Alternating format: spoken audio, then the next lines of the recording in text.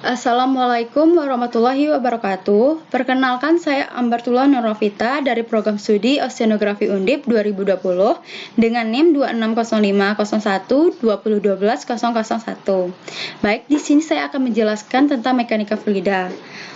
Apa sih mekanika fluida itu? Mengapa kita harus mempelajarinya? Dan bagaimana pengaplikasiannya dalam kehidupan sehari-hari? Oke, sebelum saya menjelaskan lebih jauh mengenai mekanika fluida ini, kalian tahu nggak sih guys, kalau saya pesawat terbang itu menggunakan prinsip dari mekanika fluida. Wow, kalian kebayang nggak kalau nggak ada pesawat terbang, kalau kalian pergi jauh, misalnya ke Korea, bagaimana tuh kalau pakai transportasi darat? Tentu itu akan memakan waktu yang cukup lama ya kan? Oke. Lanjut, kalau kita mengkaji ruang lingkup dari mekanika fluida itu sangatlah luas cakupannya dalam kehidupan sehari-hari.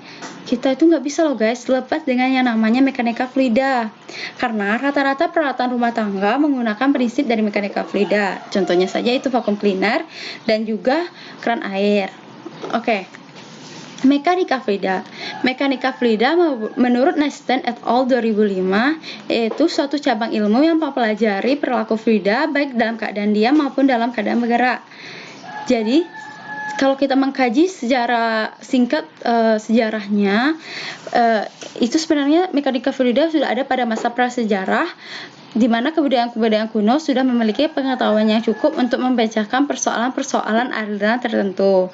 Contohnya peluru layar yang dilengkapi dengan dayung dan sistem iritasi dalam bidang pertanian.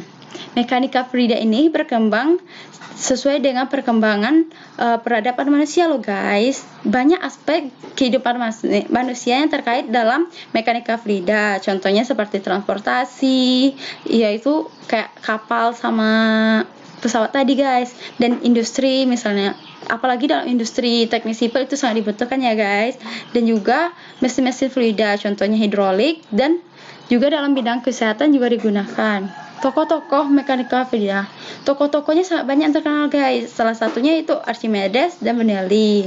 Oke, lanjut. Secara garis besar, ruang lingkup mekanika fluida terbagi atas 3, yaitu yang pertama statika fluida, suatu studi mengenai perilaku fluida dalam keadaan diam, yaitu misalnya aliran dalam bak mandi. Yang kedua, kinamika fluida, yaitu tinjauan terhadap fluida yang ada hubungannya antara kedudukan berbagai partikel fluida dengan waktu. Yang ketiga, yaitu dinamika fluida, yaitu suatu studi tentang gerak partikel zat cair karena adanya gaya luar. Contohnya aliran pipa, kayak racika, di mana air mengalir jauh. Skip deh iklannya, malah iklan. Yang selanjutnya yaitu fluida. Apa sih fluida? Fluida merupakan zat alir.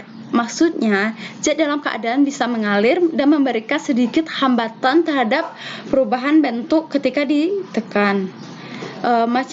Macam jenis fluida itu ada 2. Yang pertama yaitu zat cair dan gas.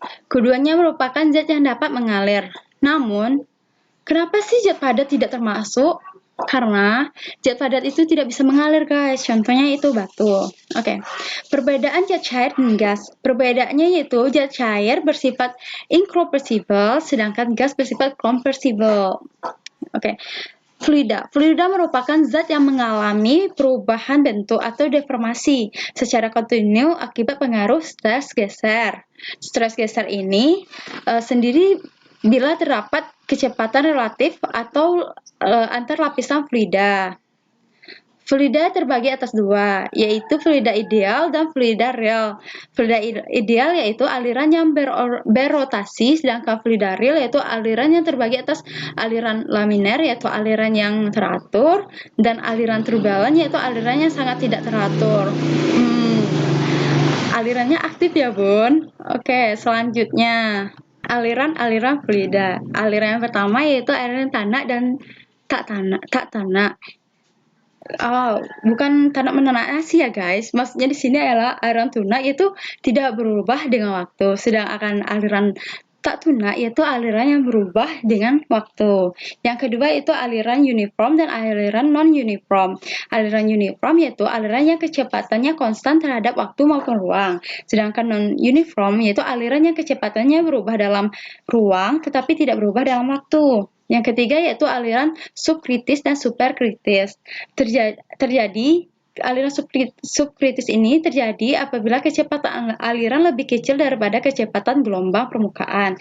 Sedangkan aliran superkritis ini kebalikannya guys, yaitu terjadi bila kecepatan aliran lebih besar daripada kecepatan gelombang permukaannya. Yang keempat yaitu aliran incompressible dan aliran compressible. Dari sini udah jelaskan guys, incompressible yaitu aliran yang tidak dapat dimanfaatkan, sedangkan compressible yaitu aliran yang dapat dimanfaatkan. Oke, selanjutnya yaitu sifat-sifat fluida.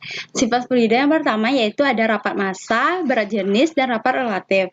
Rapat massa yaitu ukuran konsentrasi massa zat cair yang dinyatakan dalam bentuk massa per satuan volume. Sedangkan rapat relatif yaitu perbandingan antara berat jenis suatu zat dengan berat jenis air. Yang kedua yaitu kekentalan, yaitu sifat dari zat cair untuk melawan tegangan geser. Kekentalan disebabkan adanya gaya kohesi antara partikel dan zat cair. Yang ketiga yaitu kemampatan, yaitu perubahan volume karena adanya perubahan tekanan yang ditunjukkan oleh perbandingan antara perubahan tekanan dan perubahan volume terhadap volume awal. Yang keempat ada tegangan permukaan. Ini ditimbulkan karena gaya tarik-menarik molekul-molekul zat cair yang sejajar dengan gaya berbanding lurus dengan massa dan berbanding terbalik dengan kuadrat jarak antar pusat massa.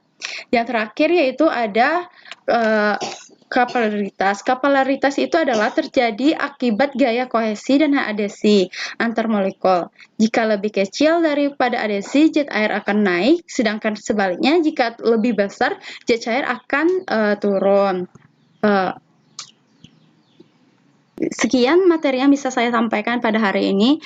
Gimana guys? Seru kan mekanika fluida? Kita sebagai mahasiswa oceanografi sudah seharusnya mempelajari mekanika fluida ini guys, karena ini merupakan ilmu dasar dan pemanfaatannya sangat banyak dalam kehidupan sehari-hari. Oke, see you guys.